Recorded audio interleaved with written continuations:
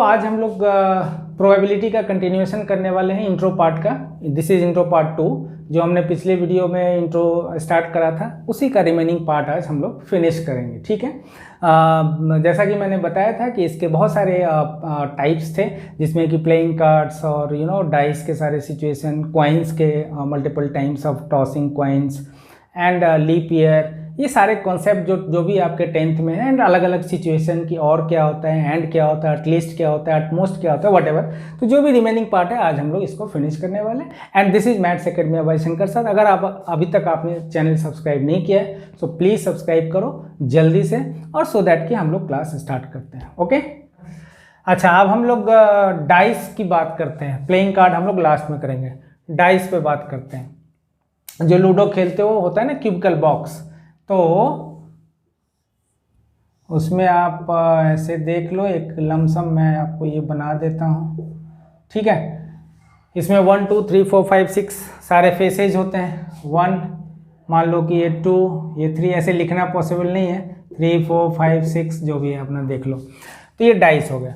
अब इस केस में एक डाइस अगर है, देखो अगर डाइस एक है, एक ही टॉस किया गया, मान लो 1 डाइस इज रोल्ड, एक डाइस को ही आप जैसे लूडो खेलते हो रोल किया, तो इस केस में टोटल आउटकम क्या होगा? तो भाई इस केस में तो बड़ा मज़ा आएगा, है ना। टोटल आउटकम्स क्या होगा? 6, 1 2 3 4 5 6। ठीक है। अब इसमें केसेस क्या क्या पूछते हैं, आपको बोल देंगे कि बताओ probability of even number. Even number तो ज़रा देखो आपके यहाँ टोटल केसेस क्या है? 1 है, 2 है, 3 है, 4 है, 5 है, 6 है। ठीक है। तो अब इवन नंबर, तो इवन नंबर क्या क्या हो सकता है? 2 हो सकता है, 4 6, तो ये हो गया 3, फेवरेबल हो गया 3, और टोटल है मेरा 6, तो 3/6 दैट इज 1/2। करेक्ट। अगर मैं बोलूँ कि प्रोबेबिलिटी ऑफ ऑड नंबर, तो भी 3/6 that is also 1/2। Probability of prime number बताओ।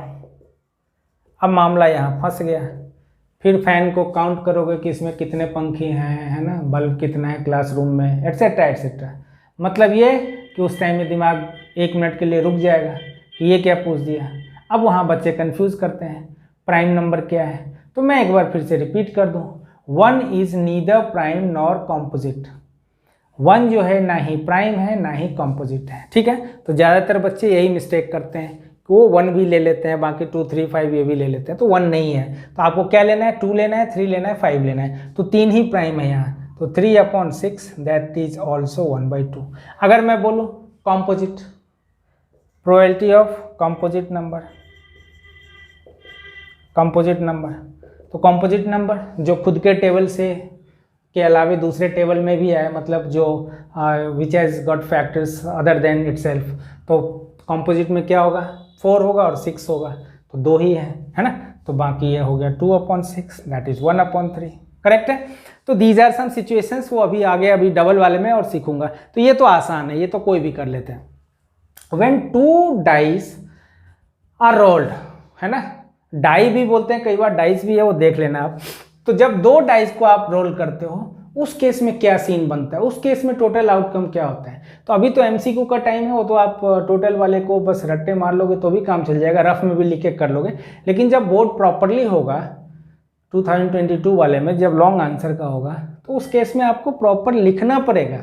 जो अभी अगला बोर्ड होगा तो उस केस में आपको प्रॉपरली टोटल आउटकम लिख के दिखाना पड़ेगा। अभी तो चलो ठीक है, डायरेक्टली है तो आप ऐसे भी कर सकते हो। तो देखो टोटल आउटकम 2 डाइस के केस में कैसे निकालते हैं। तो पहले मैं एग्जांपल बता देता हूँ कि होता क्या है। मान लिया पहले डाइस पे 1 है, तो दूसरे पे क्या हो सकता है? 1 भी हो सकता है, या 1 के साथ दूसरे पे क्या हो सकता है? 2 भी हो सकता है, या 1 के साथ तीसरे पे 3 भी हो सकता है, या 1 के साथ 4 भी, या 1 के साथ 5 भी, या 1 के साथ 6 भी। एम आई राइट? ये हो गया। दूसरा केस ये होगा कि अगर पहला वाला 1 नहीं आया, 2 आया, तब क्या होगा? तो देखो अगर पहला वाला 1 नहीं आता है, मान लो 2 आता है, तो ठीक है भाई 2 आ गया, पहली बार आपने रोल किया तो 2 आ गया। अब दूसरी बार में, तो दूसरी बार में हो सकता है 2 के साथ 1 आए, 2 के साथ 2 आए, 2 के साथ 3, 2 के साथ 4, है ना, 2 के साथ 5 एंड 2 के साथ 6। करेक्ट है। ऐसे मैंने आपका टाइम बचाने के लिए मैंने इसको लिख दिया। ऐसे ही जब पहली बार में 4 आएगा तो दूसरी बार में क्या होगा, तो 4 के साथ 1 2 3 4 5 6, ऐसे 5 के साथ, ऐसे 6 के साथ। ठीक है, ऐसे आपने लिख लिया। This is your total outcome. ये है आपका total outcomes in case of when 2 dice are rolled. ठीक है, अब इस केस में जो आपके सिचुएशन आते हैं वो बड़े खतरनाक से आते हैं। ये आपको मेन सीखना है क्या क्या आते हैं। देखो इसमें जो आता है ऑड इवन वो सब तो ठीक है, वो तो आप भी कर लेते हो। जैसे आपको बोलेगा, सबसे पहले बोलेगा डबलेट, प्रोबेबिलिटी ऑफ डबलेट का मतलब जो इक्वल वाला है 1 1 2 2 3 3 4 4 5 5 6 6। देखो ये है आपका 1 1 2 2 3 3 4 4 5 5 और 6 6 है ना। ये समझाने के लिए बता दिया मैंने। टोटल कितने हैं 6, तो ये हो गया हमारा 6 अपॉन, अच्छा ये टोटल कितना है आपको पता है। अगर आपको एमसीक्यू में डायरेक्ट पूछता है कि 2 डाइस है और उसका टोटल आउटकम कितना होगा, तो आप ये रामायण कहानी बनाओगे। एमसीक्यू की बात कर रहा हूँ, लॉन्ग आंसर में तो ये लिखना पड़ेगा। अगर एमसीक्यू सीधा पूछे कि टोटल आउटकम कितना है व्हेन 2 डाइस आर रोल्ड, तो भाई उस केस में सीधा टोटल आउटकम हो गया 6 × 6 दैट इज 36। ये टेक्निक बता रहा हूँ। अगर एक डाइस को आपने रोल किया तो टोटल आउटकम 6, अगर 2 डाइस को रोल किया तो टोटल आउटकम 36, अगर 3 डाइस को रोल किया तो टोटल आउटकम 216। ऐसे ही आपने 4 किया, ऐसे ही आप अपना निकाल लो मल्टीप्लाई करके। ठीक है, तो कोई रट्टे मारने की जरूरत नहीं है। ओके, ये हो गया total outcome in case of dice. तो अब आ जाओ, यहाँ पे कितना है, 2 डाइस का है तो 6 6 जा 36। चाहो तो काउंट कर लो, चाहो तो ऐसे ही स्मार्ट भाव है ना, तो 6 6 जा 36। तो यहाँ डबलेट कितना है मेरा, फेवरेबल कितना है 6 और टोटल कितना हो गया 6। ये कट के हो गया 6। अब तुमको अलग अलग सिचुएशन बताता हूँ क्या क्या होता है। अब मान लो कि आपको बोल दिया probability of first digit is odd, जो आपका 2 का पेयर है ना, उसमें बोल रहा है फर्स्ट डिजिट ऑड है, उसका बताओ प्रोबेबिलिटी। तो भाई 1 वाले तो सारे आ जाएंगे। अब एक बच्चा काउंट करेगा एक एक करके, नहीं थोड़ा स्मार्ट बनो। पहला डिजिट ऑड है मतलब 1 वाला सारा, भाई अगले पे ऑड इवन हो उससे हमको नहीं देखना है, पहला वाला ऑड देखना है। तो पहला वाला ऑड तो 1 का सारा 1 का है, तो ये आ जाएगा 6। और ये 3 वाला है सारा 6 12, और ये 5 वाला है तो 6 18।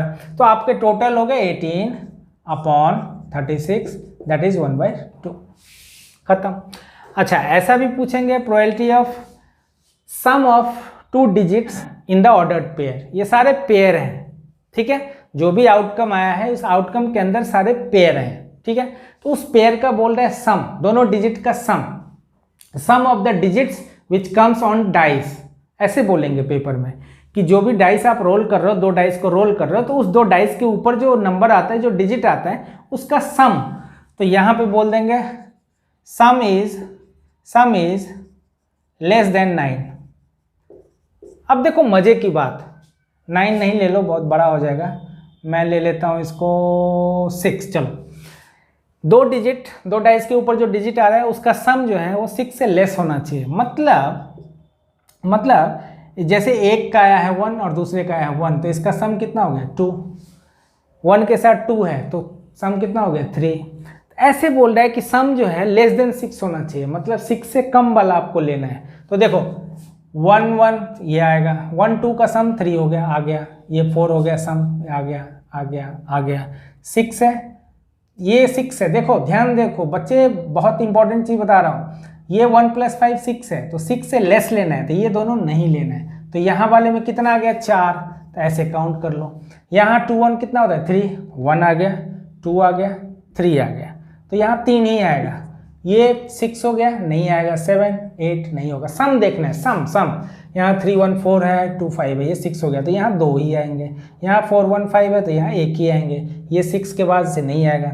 और 5 में 5 1 6 से स्टार्ट ही होता है, हमें तो 6 से लेस लेना है, तो हमें ये नहीं लेना है, ये नहीं लेना है। तो टोटल कितना हो गया 4 3 7 2 9 1 10। तो टोटल हमारे पास हो गए 10 अपॉन 36, कट करके 5/18, दैट्स इट। ये हमारा केसेज हो गया सम इज लेस देन 6 का। मान लो इसी में बोल देंगे कि sum is at least 6, probability of when sum of two digits is at least 6। हम एटलीस्ट 6 का मतलब 6 आएगा और 6 से बड़ा कुछ भी हो जाए, ठीक है। तो उस केस में क्या होगा, तो मतलब 6 से नीचे वाला नहीं लेना है, जिसका सम 1 हो, 2 हो, 3 हो, 4 हो, 5 तक का सम जो हो वो नहीं लेना है। तो बाकी कितने हो गए देखो, यानी कि 6 और 6 से बड़ा वाला, तो 6 और 6 से बड़ा वाला कितना हुआ देखो, यहाँ पे इसमें 2 आया है, 6 और ये 7 का 2 ले लिया, यहाँ पे ये आ गया 6 और 6 से बड़ा वाला सम, देखो इसका सम है 6, इसका 7, इसका 8, यहाँ पे 6 वाला सम ये है, 6 और 6 से ज़्यादा वाला यहाँ पे ये है ना, यहाँ पे ये पूरा है, करेक्ट है, और यहाँ पे भी ये पूरा है।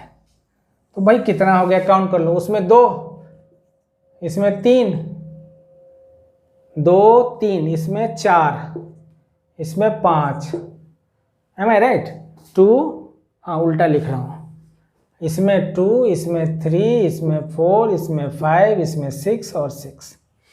तो ये हो गया 5 4 9 5 14 और 20 एंड 26, तो ये हो गया 26/36। ये टेक्निक आपने समझ लिया। तो ये सिचुएशंस हैं। अगर इसी में बोल दिया कि सम इज मोर देन 10, तो मोर देन 10 में कौन सा होगा भाई, 5 वाले में तो कोई भी 10 नहीं, एक ही 10 आ सकता है मोर देन 10, इससे ज़्यादा इसकी औकात ही नहीं है, क्योंकि 5 और 6 जो होता है 11 होता है, तो एक इसमें आ गया 10 से बड़ा, और यहाँ आ गया 6 5 11 और 6 6 12, तो सिर्फ 3 ही आ गए। तो उस केस में मोर देन 10 के केस में 3 ही आउटकम हो गए। मैं सिचुएशन बता रहा हूँ कि ऐसे ऐसे सिचुएशंस आ सकते हैं, ठीक है। बोल देंगे कि sum of two digits coming over dice is should lie between 10 and 12। मान लो 10 और 12 के बीच में सम लाई करना चाहिए। तो भाई 10 और 12 के बीच में लाई करना चाहिए, तो 10 से बड़ा और 12 से छोटा, तो 10 से बड़ा हो गया 11 और यहाँ हो गया 11 और 12 नहीं लेना है, तो 2 ही हो गए, तो उस केस में 2 हो जाएंगे। अगर 10 और 12 के बीच का लाई करना है, मान लो बोला है कि सम जो है वो 10 से बड़ा और 12 से छोटा होना चाहिए, ठीक है। तो उस केस में सम जो है 10 से बड़ा, इसमें एक ही है 5 6 वाला, और इसमें 6 5 वाला, तो 2 ही है, तो 2/36, दैट इज 1/18, ठीक है। तो इस तरह की चीज़ें हैं जो बहुत सारे सिचुएशंस इसमें आ सकते हैं। बस उन चीज़ों को, कॉन्सेप्ट वही है, यही एटलीस्ट एटमोस्ट ये सारा चीज़ हमने डाइस उसमें क्वाइन में भी बताया था, वही सिचुएशन इसमें भी है। बस इस कॉन्सेप्ट को समझना है, टोटल आउटकम आपने निकाल लिया, उसके बाद का काम तो सारा आपका है, वो आप 2 मिनट में निकाल सकते हो। 3 डाइस का आपको नहीं पूछा जाएगा, वो आपके 10th सिलेबस में नहीं है, मैं निकाल सकता हूँ, बट उसके लिए मुझे पूरे दिन वीडियो बनाना पड़ेगा, बिकॉज उसमें टोटल आउटकम आएगा 216, 6 × 6 × 6। जैसे पूछ देते हैं उसमें कि बताओ कि 2 हेड वाले कितने हैं, तो आप खुद ही डायरेक्टली निकालो और उसमें मेंशन कर दो कि भैया टोटल आउटकम हमारा 216 है, बट उस पर नहीं जाते। लेकिन हाँ, MCQ में ये पूछा जा सकता है कि बताओ 3 डाइस को जब रोल करोगे तो टोटल आउटकम कितना होगा, तो वहाँ आप बता देना 6 × 6 × 6 216, है ना। तो उसमें आप ये नहीं कह सकते कि ये मेरा सिलेबस में नहीं है, बल्कि कॉन्सेप्ट वही है, ठीक है। तो ऐसे सिचुएशन में आप ये सब कर सकते हो। बाकी कुड बी एनीथिंग, इसमें से क्वेश्चंस बहुत सारे आ सकते हैं। तो अब मैं इसमें प्लेइंग कार्ड पे बात करता हूँ, ठीक है। प्लेइंग कार्ड का भी कॉन्सेप्ट दे देता हूँ, फिर आपका प्रोबेबिलिटी का और एक लीप ईयर का कॉन्सेप्ट दे देता हूँ। जनरल प्रोबेबिलिटी का आपका कॉन्सेप्ट खत्म हो जाएगा। बाकी तो देखो डिफरेंट क्वेश्चंस करोगे, वहाँ से और ज़्यादा दिमाग खुलता है, बाकी कॉन्सेप्ट यही है, ओके।